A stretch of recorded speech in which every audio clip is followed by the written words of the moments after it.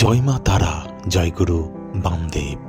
গল্পকথায় তারাপীঠে আপনাদের সুস্বাগতম। আজ আনন্দময়ী তারা মায়ের আবির্ভাব দিবস।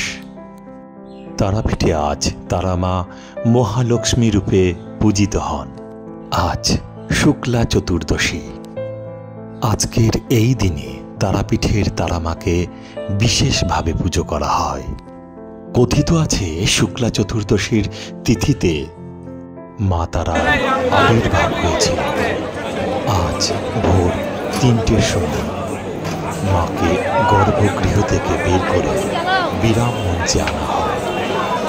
সেখানে মাকে স্নান করিয়ে মঙ্গল আরতি করিয়ে ভক্তদের দর্শনের জন্য খুলে দেওয়া হয়েছে। আজ সারাদিন মা এইখানেই থাকবেন। সন্ধ্যার সময় মাকে আবার গর্ভগৃহে আনা হবে এবং মাকে আরও একবার স্নান করিয়ে মঙ্গল আরতি করা হবে। কথিত আছে জয়দত্ত সওদাগর নামে এক বণিক দ্বারকা নদীর উপর দিয়ে বাণিজ্য করতে যাচ্ছিলেন। সেই সময় তিনি তারাপীঠে নোঙর করেন এবং সেইখানে পুত্রের মৃত্যু হয়।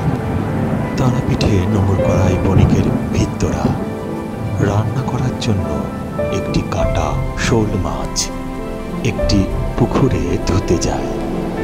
পুকুরের জলের সংস্পর্শে কাটা শোল মাছটি জীবিত হয়ে জলের ভিতরে চলে যায়।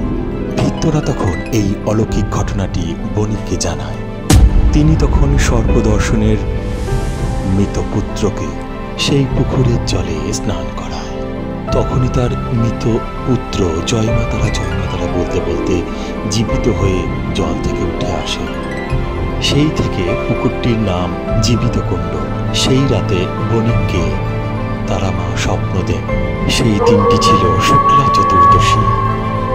স্বপ্ন পেয়ে সেই দিনটিতেই তারাপীঠের তারা মায়ের পুজো শুরু করেন জয়দত্ত বণিক।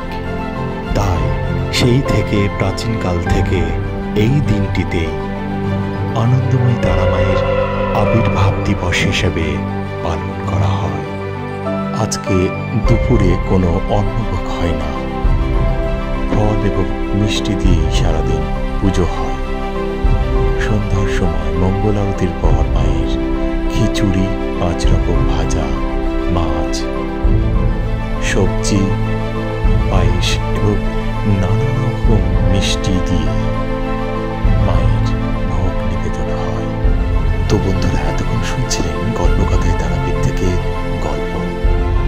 এবার আমরা সরাসরি চলে এসেছি তারা মায়ের নাটমন্দির বিরাম মঞ্চে। এখন মা গর্ভগৃহ থেকে চলে এসেছেন এই বিরাম মঞ্চে। আর এইখানে পুজো চলছে আনন্দময়ী তারা মায়ের। বহু ভক্ত আর জয় মা তারা জানাতে আনন্দময়ী তারা মায়ের মন্দির আজ জমজমাট। তো বন্ধুরা, এখন এই পর্যন্ত।